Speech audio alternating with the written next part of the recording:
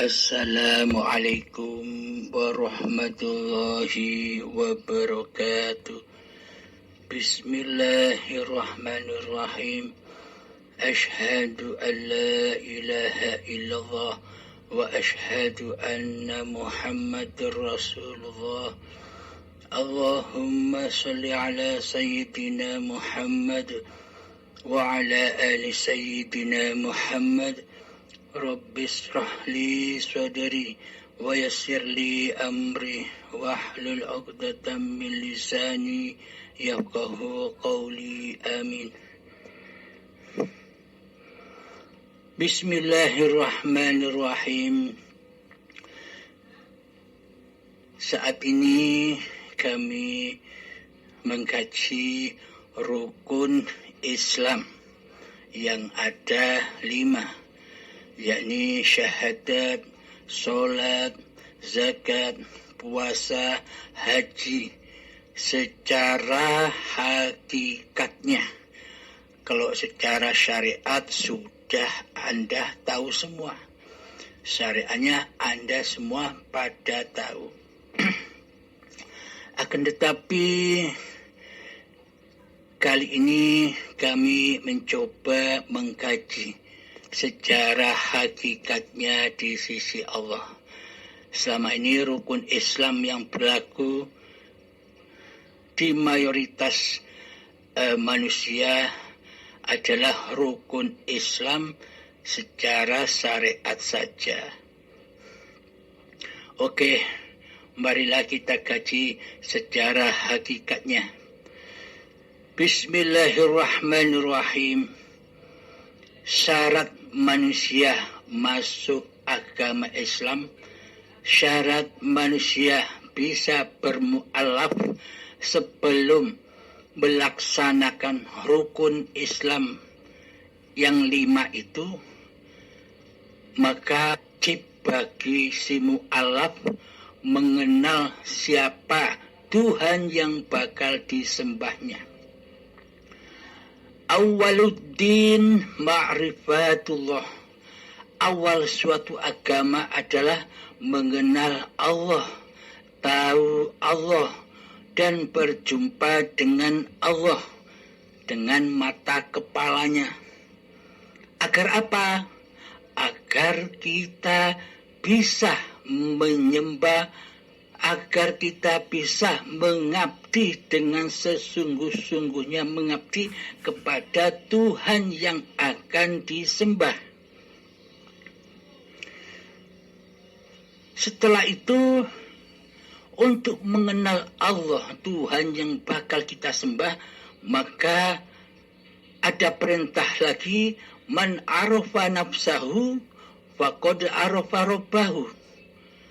Man arafa nafsahu, barang siapa mengenal hakikat diri sejati manusianya, maka pasti ia akan mengenal Tuhan yang akan disembahnya.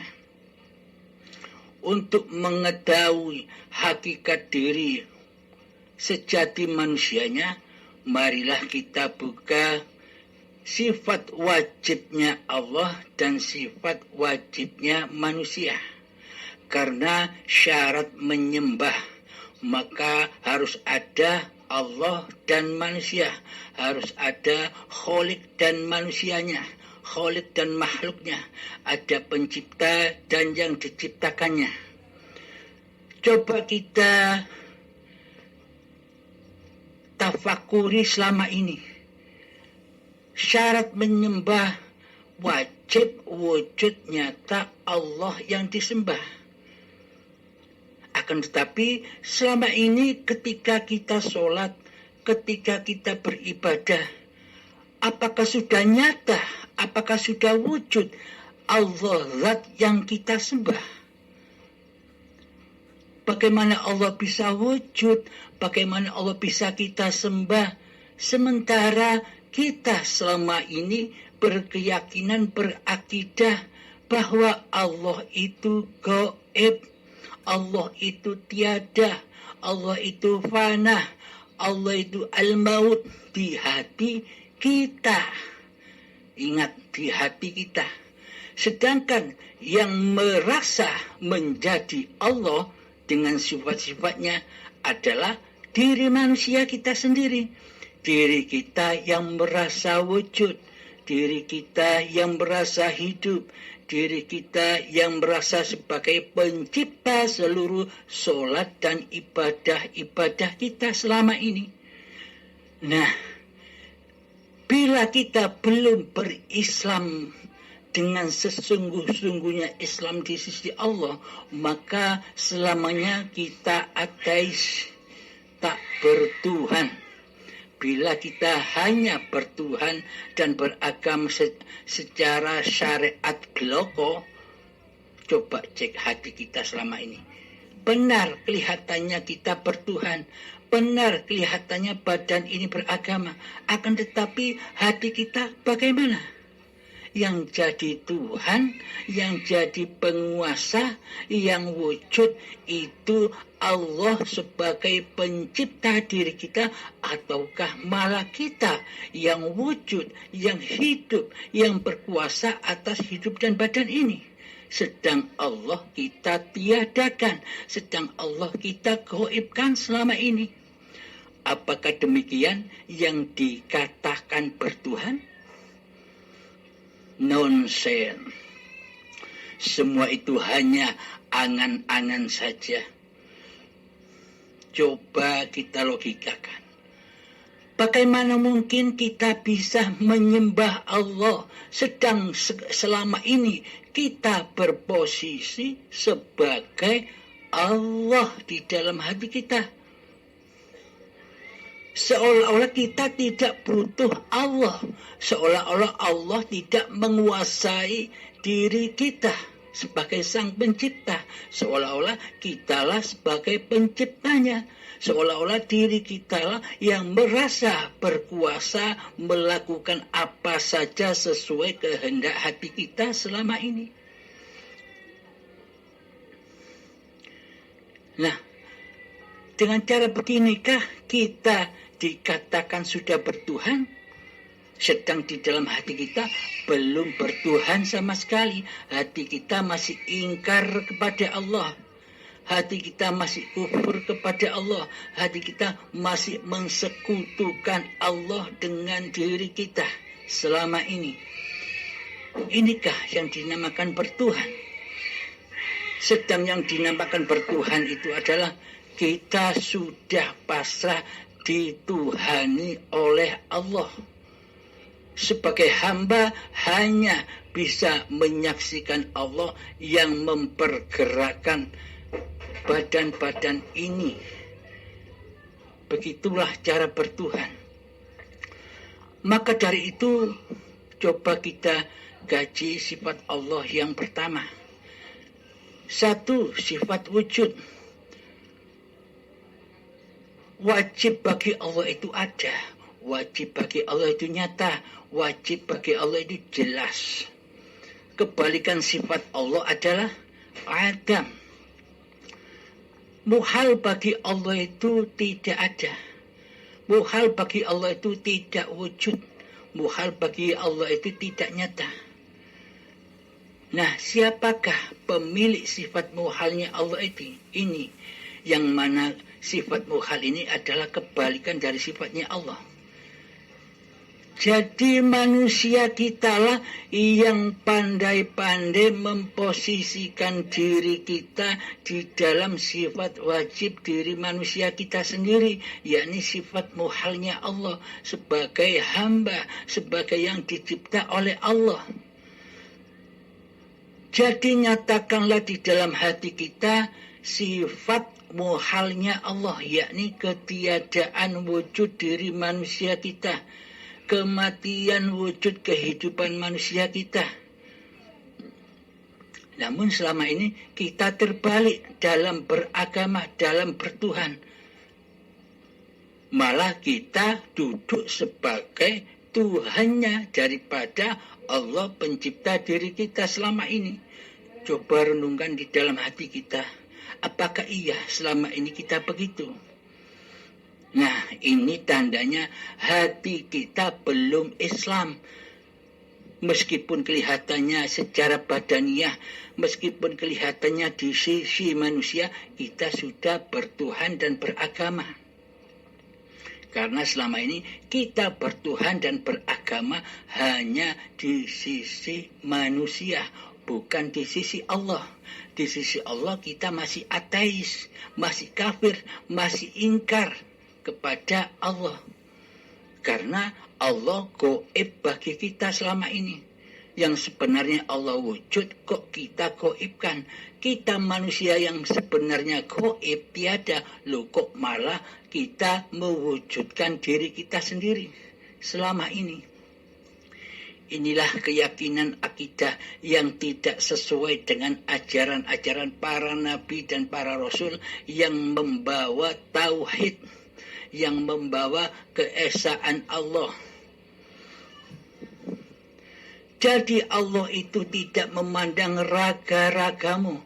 Allah tidak memandang wajah dan hartamu. Allah tidak memandang ilmu dan amalmu. Allah tidak memandang nasab-nasab kemuliaanmu di sisi manusia. Akan tetapi Allah hanya memandang hatimu. Di dalam hatimu itu yang kau tuhankan itu Allah ataukah dirimu. Hanya itu yang dipandang Allah. Ketika di dalam diri kita yang masih wujud adalah diri manusia kita, berarti selama ini yang kita tuhankan adalah hawa nafsu kita sendiri. Yakni hawa nafsu kita sendiri inilah nyatanya, jelasnya musuh-musuh yang nyata, yakni setan iblis itu adalah musuh-musuhmu yang nyata. Siapakah setan dan iblis itu? Setan iblis itu hakikatnya adalah diri kita sendiri. Karena iblis dan setan selamanya tidak mau bersujud kepada Adam. Maknanya bukan Adam sosok manusianya. Maksudnya Adam adalah iblis dan setan. Serta hawa nafsu ini selamanya tidak akan rela, tidak akan ridho bila ia ditiadakan. Bila ia digoibkan, seperti layaknya selama ini kita mentiadakan dan menggoibkan Allah. Itulah musuh-musuhmu yang nyata. Maka perangilah ia, kata Allah. Ketika kita belum berperang dengan musuh-musuh yang nyata, setan dan iblis, yakni hakikatnya diri kita sendiri sebagai setan iblis yang nyata itu, maka selamanya kita tak akan pernah bisa menyembah, mengabdi dan rojiun kepada Allah. Maka dari itu kenalilah diri kita sendiri dulu. Ma'rifatilah hakikat diri manusia kita sendiri dulu. Maka dari itu kenalilah Allah dengan sifatnya. Siapakah hakikatnya Allah itu? Hakikatnya Allah itu adalah di ayat kursi. Bismillahirrahmanirrahim. Allahu la ilaha illa huwal hayyul qayyum. Allah tiada Tuhan yang berhak disembah kecuali dialah hidup yang kekal lagi terus menerus. Yang mana hidup itu menghidupi seluruh makhluk yang diciptakannya. Nah, maka jelaslah di sini bahwa hidup ini Allah. Selama ini bila kita masih merasa diri kita yang hidup, diri kita yang wujud, maka selamanya kita tak akan bisa mengabdi dan menyembah kepada Allah. Sementara di dalam hati kita yang jadi Allahnya hawa nafsu. Maka seluruh ibadah dan sholat kita sejak akil balik sampai setua ini, seluruhnya terbakar di dalam nerakanya hawa nafsu. Karena selama ini ibadah dan sholat kita diakui sebagai milik kita, miliknya hawa nafsu. Sehingga persembahan ibadah dan sholat itu dipersembahkan untuk hawa nafsu kita sendiri dan terbakar di dalamnya, tidak sampai kepada Tuhannya. Bagaimana mungkin sholat dan ibadah kita sampai kepada Allah, sedangkan sementara kita tidak menyembah Allah? Jadi pasrahkanlah kembali, hidup ini Allah. Kembalilah hakikat sifat diri sejati manusia kita kepada al-maut. Lawannya hidup adalah mati. Kebalikan hidupnya Allah adalah matinya hambanya. Inilah yang dimaksud mengesakan Allah, mentauhidkan Allah. Ketika fana keadaan diri manusia kita. Inilah yang disebut syahadat.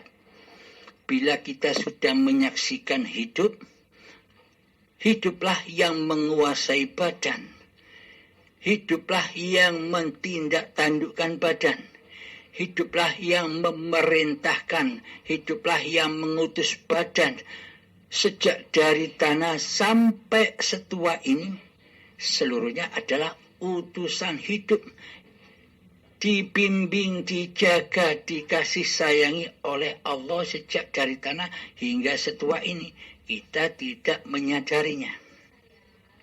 Bila kita sudah menyatakan hakikat diri manusia kita yang tak wujud, yang tak hidup, yang tak kuasa di dalam hati kita, maka nyatalah Allah yang hidup, Allah yang wujud, Allah yang berkuasa. Ini babakan hati, pendam rapat di hati. Karena yang dipandang Allah bukan badanmu. Yang dipandang Allah adalah hatimu, kondisi hatimu. Seperti demikianlah kondisi hati para nabi dan para rasul. Hati selalu mentauhidkan, mewujudkan Allah daripada mewujudkan diri makhluknya. Kuasa Allah lebih wujud dari kuasa makhluknya. Ini babakan hati, kondisi hati para rasul dan para nabi, serta para aulia Allah. Karena sudah tidak memandang manusianya, yang dipandang hanyalah hidup yang mentuhani badan-badan manusia ini. Nah, apakah syahadat itu? Asyhadu an la ilaha illallah. Saya bersaksi bahwa tiada Tuhan selain Allah. Maksud Allah itu, zat yang punya nama Allah itu adalah hidup. Tiada Tuhan yang mentuhani segala ciptaannya kecuali hidup. Wa asyhadu anna Muhammadur Rasulullah, dan kami bersaksi bahwa Muhammad itu utusan Allah.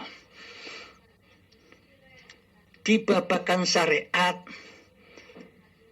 bersahadatnya hanya kalam saja, hanya persaksian palsu saja. Syahadat itu penyaksian, menyaksikan Allah dan menyaksikan Muhammad Rasulullah. Akan tetapi karena di dalam syariat Tuhannya masih angan-angan, agamanya masih diangan-angankan, maka di dalam angannya mana mungkin kita bisa memandang, menyaksikan Allah di dunia ini, sedangkan Allah itu gaib, kata mayoritas golongan syariat. Dan mana mungkin kita bisa menyaksikan Kanjeng Nabi Muhammad yang sudah wafat 14 abad yang lalu. Ini angan-angan manusia. Sedangkan bunyi di dalam syahadat itu, asyhadu an la ilaha illallah wa asyhadu anna Muhammadur Rasulullah. Bukan berbunyi asyhadu an la ilaha illallah wa asyhadu anna Muhammad bin Abdullah. Apakah begitu bunyinya? Nah, kalau bunyinya Muhammad bin Abdullah berarti kita diutus menyaksikan secara live, secara langsung jasad Rasulullah yang sudah wafat 14 abad yang lalu. Akan tetapi yang dimaksud Muhammad Rasulullah itu adalah Muhammad, seluruh badan-badan yang dicipta Allah inilah Muhammad Rasulullah. Muhammad utusan Allah, sejak dari tanah sampai kepada tumbuhan, sampai kepada buah-buahan, sayuran dan padi, sampai kepada sperma dan sel telur, sampai kepada gumpalan darah, sampai kepada gumpalan daging, hingga menjadi janin, sampai menjadi bayi yang suci. Itulah badan-badan yang diutus Allah, diperjalankan Allah, dipergerakkan Allah, diwaleni oleh Allah, dihidupi oleh Allah. Inilah yang dimaksud Muhammad Rasulullah. Jadi kita masuk ke dalam diri kita, menyaksikan hidup inilah yang menguasai, hidup inilah yang mengutus badan-badan ini bangun tidur hingga beraktivitas sampai nanti malam tidur kembali. Inilah yang dimaksud utusan Allah, yakni badan-badan ini adalah utusan hidup. Nah, dengan ini kita bisa menyaksikan Allah dan Muhammad Rasulullah secara live, secara nyata, gamblang dan jelas. Inilah yang dimaksud persaksian. Inilah yang dimaksud syahadatnya, hakikatnya syahadat di sisi Allah. Bisa kita saksikan kan? Hidup yang ada di dalam tubuh kita ini serta badan ini kan kita bisa saksikan dengan nyata. Pergerakannya, kehendaknya nyata, jelas, gamblang. Inilah yang disebut syahadat. Kemudian sholat. Ini bagi orang mu'alaf wajib tahu ini. Wajib bisa bersyahadat. Sebelum bersyahadat wajib kenal Allah, karena kalau belum kenal siapa zat yang bernama Allah, maka tak akan bisa bersyahadat. Bila si mu'alaf tidak mengenal Allah, bahwa hidup ini Allah, bila sang mu'alaf tidak mempersembahkan kembali hidup manusianya kembali rojun kepada hayatullah, maka selamanya tidak akan bisa bersyahadat kepada Allah dan bersyahadat kepada Muhammad Rasulullah. Jika tidak bisa menyaksikan Allah dan Muhammad Rasulullah, apakah bisa sholat? Apakah bisa zakat? Apakah bisa puasa? Apakah bisa haji? Syahadat saja belum bisa. Menyaksikan Allah dan Muhammad Rasulullah saja belum bisa. Menjadi Abdullah saja belum bisa. Bagaimana mungkin disebut Islam di sisi Allah? Nah, bila kita sudah bisa menyaksikan Allah dan Muhammad Rasulullah yang sudah dipaparkan barusan ini, maka pasti kita bisa sholat. Yang dimaksud di sini sholat secara hakikatnya.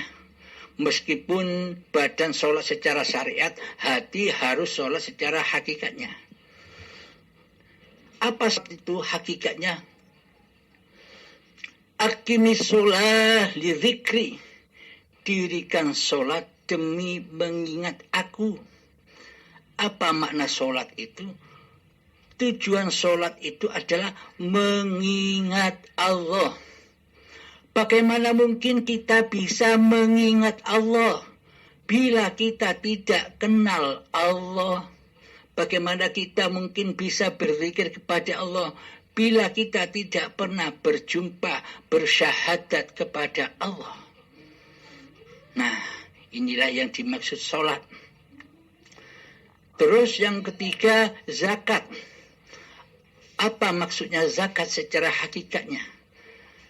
Hakikat zakat adalah mempersembahkan kembali apa yang paling kita cintai selama ini. Siapa? yakni diri manusia kita persembahkan kembali kepada Allah sebagai wakilullah, sebagai khalifatullah, sebagai ciptaan Allah.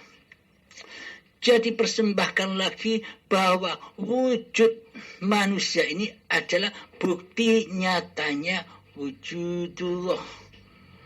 Bukti nyatanya hayatullah. Badan-badan ini bukti nyatanya bahwa hidup itu wujud, hidup itu ada.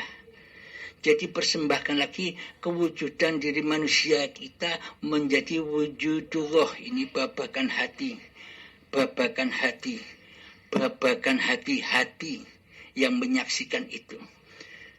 Dan persembahkan kembali apa yang kita cintai, yakni hidup, kembali kepada hayatullah, bahwa manusia sejatinya adalah mati, yang hidup hanyalah Allah. Inilah yang dimaknai zakat, mempersembahkan apa yang paling kita cintai, itulah zakat. Yang keempat adalah puasa. Puasa itu apa maknanya?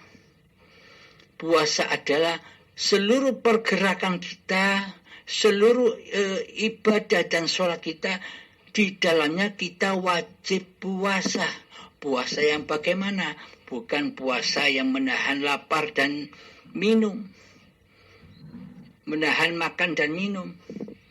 Akan tetapi di sini hati, babakan hati. Yang dimaksud berpuasa itu adalah berpuasanya hati dari kewujudan diri manusia kita. Berpuasanya hati dari munculnya kekuasaan hidup manusia kita. Yang terjadi kita selalu menyaksikan hayatullah di dalamnya. Inilah yang dimaksud puasa. Puasa dari kemunculan hawa nafsu, sehingga hati selalu suci.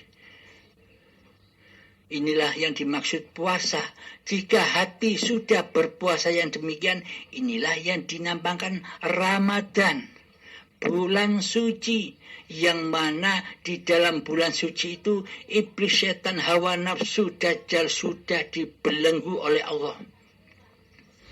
Sudah dibelenggu, tidak bisa menggoda manusia lagi, tidak bisa menembus singgah sananya Allah yang ada di hati.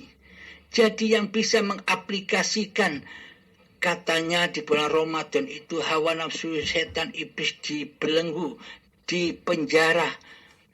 Akan tetapi buktinya di dalam syariat, meskipun di dalam bulan puasa masih banyak orang yang bermaksiat, itu tandanya setan, iblis, hawa nafsu masih berkeliaran bebas di dalam Ramadan secara syariat. Akan tetapi yang pas pemahamannya adalah Ramadan secara hati. Ketika hati ini memasuki bulan suci Ramadan, maka hawa nafsu, iblis, setan, dan dajjal sudah dibelenggu, sudah dipuasakan, dibelenggu, dipenjara.